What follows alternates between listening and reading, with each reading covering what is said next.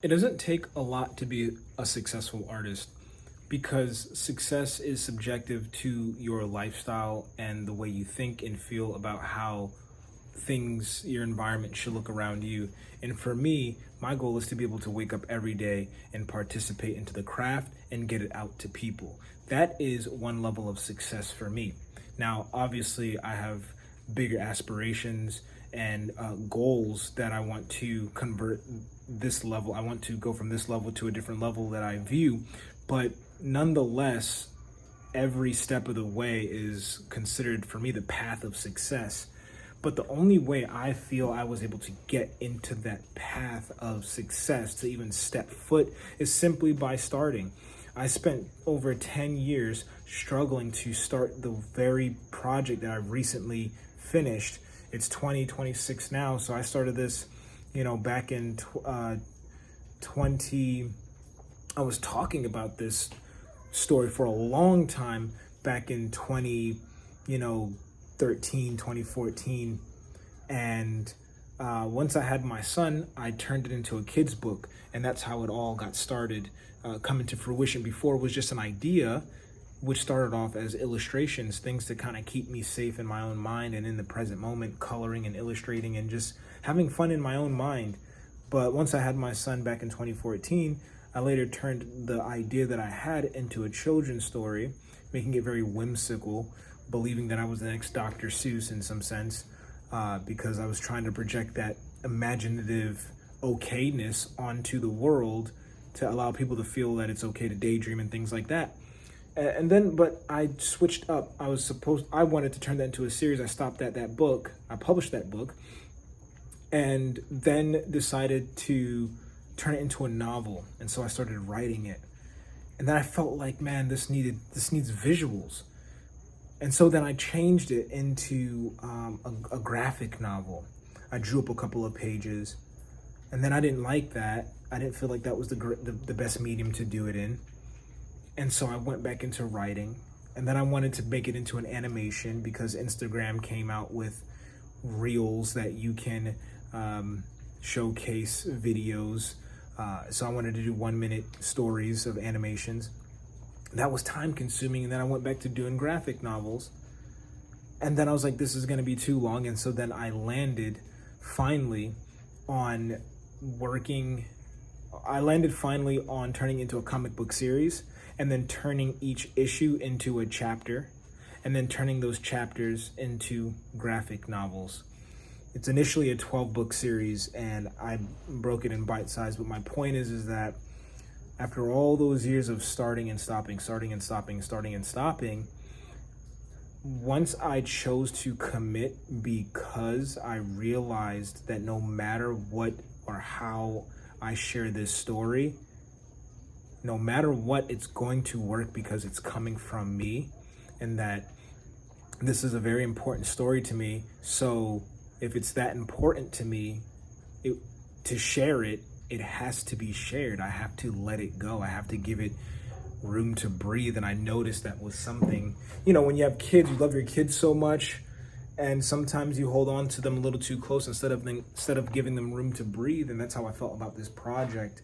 So I've accomplished an issue, but this is how I did it, because I really had to break out of that mindset of not wanting to start. And the reason why I'm even bringing this up is because I've noticed that in some of my comments on different social media platforms, people come in and mention to me that they're afraid to start, or they're gonna wait until their drawing skills are better, or they're gonna wait until this is better. And I just want to say that to anyone that's putting a pause on starting because they think they're not good enough yet, I just want to share with you what you start with can create a new way for another generation. Like where you are with your skills, just because it's not similar to another artist's, or it's not what you think in your head, what you're able to do is then now create a style based from where you are. And the only way you would be able to do that is with confidence, I feel, because I've witnessed people break arms, break their fingers and still go on. And out of their disability of that moment, it then becomes a style. They become bedridden and still create, like Frida, in her injuries. Frida, the artist, she became famous because she had a limited style, a limited approach that then became abundant onto her skill sets. And so if you move from where you are now with your skill set and then create without getting in your own way, you will give birth to a whole new style, because you removed yourself out of the equation of negatively affecting yourself. People are going to pick up on that.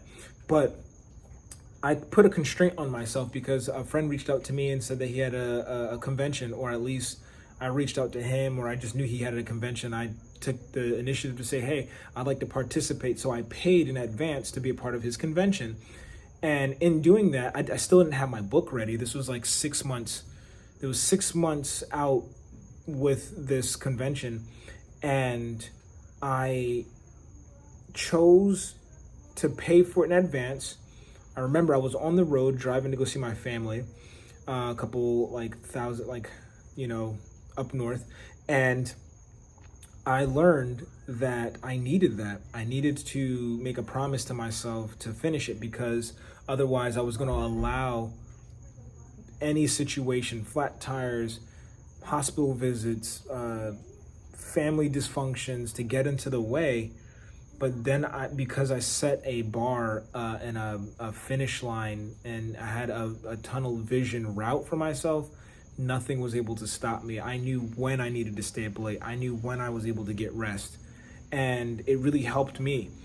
So what ended up happening was, because I didn't complete the project in the way that I wanted to, and I told myself, however the project is finished by the time the event, it has to be okay. It has to be what it is. I have to sell it as it is, or share it as it is. And I didn't want to sit and wait to see how that outcome was going to be. What I did instead was just say, hey, by the time I get there, finished or unfinished, then I'll figure out what I'm going to do. But I just need to get started. And every single day, I just snapped into a flow. Some days were tough than others. Like one day, my dog chewed the corner of one of my pages that I had full on sketched out. It was actually the first page she chewed off. And she got the corner of it because I would rest my work on an easel on the floor. And she got it. Listen, I was livid. I was like, I got to draw this thing all over. And this was when I probably just finished the last page, and I just needed to go into print. And that was a setback that I had to accept. And so instead of like redoing it, and it did bother me, and I did sit with that for a while, but I went and moved forward, and I still published it with if you have the book, if you get the comic book, you'll see in the corner that it has like chewed up marks, but because the way it's scanned in, you can't tell the difference, because I used a layer that allows the paper to have a texture to give it this ancient relic effect. Same thing even on the white version. There's a white version of it too that allows the scanning to, make it look normal. But just the setbacks, they come, and it all depends on what you want to do with them. So the reason why I even say this is because the project wasn't perfect. When you look at my pages, a comic book is typically sketched out in thumbnails, inked, then colored, and then you have all these people looking at them to make them, professionally speaking wise, you have them looking at them, making sure the lettering is good, and I didn't have any of that. It was just me. I brought it together. I called the publisher or the printer. I was going to print with someone in a couple of different states, and then I found out that I had one in my backyard, and so I then published with them, and I was able to pick it up, and it was a beautiful synchronistic experience because I was having issues ironically a setback with the original printer that I was obsessing over, because I saw that I've always just wanted to print with them. I saw what they did, and you know, I wanted to work with them, and then I was just like, yo, they got it going on. I want to do it, but instead, because it wasn't working out and things were going to be it was going to take much longer to print and get to me past the due date, you know. And so I then found a place that was local, and I was able to pick it up. Whoa! The moth. That thing was huge, bro. It just fluttered all in my ears. In my ear. But it was like for every turn I took, I was given another opportunity to see what was there for me to work according to what my goal was.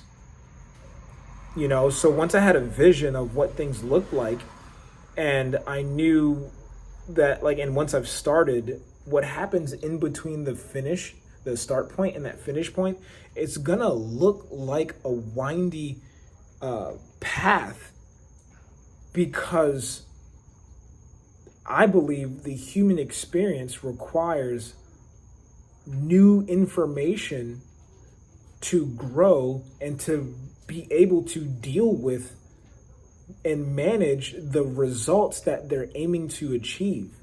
So what looks random then becomes appropriate lessons for us to be prepared for what the outcome is. So for example, like, once I got to the convention, because, you know, so like it was sketched. It was all sketched. I got to the convention, and all of the setbacks that I had where I couldn't even color, I just said, I'm just going to leave the sketches, raise the resolution, and mess with the contrast and bring those lines and make them darker. I did that, and because my penciling work, I love penciling, you know, because it's a beautiful stage of creating it in of its own. And then when you ink it, and then you erase under that, for me, it just takes a whole level of life out of there, as if it didn't exist. And so, you know, in my work, you'll see pencil and ink at times just existing once in the image, you know what I mean? But that's the traditional artist in me, but to each their own. And so when I published my book, I kept the sketches, and it sold to people, and it got to people. And that's what I wanted. I wanted people to have this comic book. And some people shed tears over this comic book. Some people, it wasn't for some people. And one guy bought the entire table of my comic book because of just me sharing the story that I'm sharing with you, just like the setbacks and the you know, overcoming those setbacks. And, you know, so what allowed me to finish was having a tangible, achievable, or a finish line. So for anyone, that could look like for me, attending an event. If you want to, like, create something, whatever it's related to, find an event or schedule an event that's going to push you to get there. Now, and then what I did was I said, however it turns out, I'm going to stand by it. Because you don't always have to sell. You can just be there to share with people what you're doing. And later on, they can see the finished work by, you know, connecting with you. And for me, you know, it's all about connection. Anytime I step out, I aim for connection. And when I connect with people, I don't even tell people to buy my stuff. I just say, hey, what do you think? You know, and what they think about it usually converts into dollars. And my intention is never to make you want to feel pressured to buy my stuff, because my comics and my novels, they're soul work. It's soul work. It's for the soul. And so it's from the soul. And so once I give it to people or let them experience it, the best way one might, you know, feel empowered or the idea of wanting to give back from the experience that they're feeling is through some currency or one or another, you know, maybe a service or it might be whatever. But like when you have a goal in mind, like if you're building an animation or whatever, people are going to know what you need, and so they help, right? So it's just an exchange, but the idea is to have a clear and reachable and tangible mark for you to finish. That way, once you get there, it feels rewarding because you got there. And then, you know, so just getting started will bring you here. Just getting started, you know, like one of the other big things is that like I wanted to make a YouTube video. I want to focus more on long form content. And this video, I bought a mic today. I got a mic in the mail and it came with the wrong cords, and I went to go exchange it. But they sent it back to my card instead of helping exchange it. Then you gotta wait business days to get the money. Then I gotta order it again. So it brought me through this loop. But if I did not, you know, adhere to my own advice as to just get started, don't get it right, get it done is my thing. And I almost sat here and was just like, well, I'll just wait till tomorrow. But last week I said on Monday I'm gonna post a video. Right? So here I am, and without the mic, I had these really cool mics. I wanted to sound crisp and whatnot and get all good, but you know, at this point, like with AI and people just really trying to, you know, reduce how much time they spend on things, it's going to strip us away of building this connection of like, you know, maybe some people don't need the lessons that I might need when they use AI, because I'm all in it to win it with overcome my own forms of resistance, like getting the camera started and hitting record and then just being here and present and just speaking, you know what I mean? So I faced that lesson and I took it to my chest, and I was like, man, this is beautiful. So I hope you are, you know, I've even forgot to introduce myself. My name is NJ Jackson, and I am a sequential artist and writer. I publish books. That's what I do for the rest of my life, alongside of helping people remember that you can turn your struggles into strengths, and you are God consciousness, and that you have the power, you know, to be what you want to be. I know it's like cringe. I don't have this whole title thing all, you know, formed out, but you know, like I'm human, you're human, and I'm only the difference between me and some folks who are still trying to get things out into the world and share, which I meet every day, is that they just didn't get started. They didn't start and kept going on. You know what I mean? On the flip side, a lot of the things that I started and stopped, I find a way to make it not be a waste of time, and then I've just allowed all of that stuff to help me with my further commitments. You know what I mean? I talk about it. So peace for now. Just start.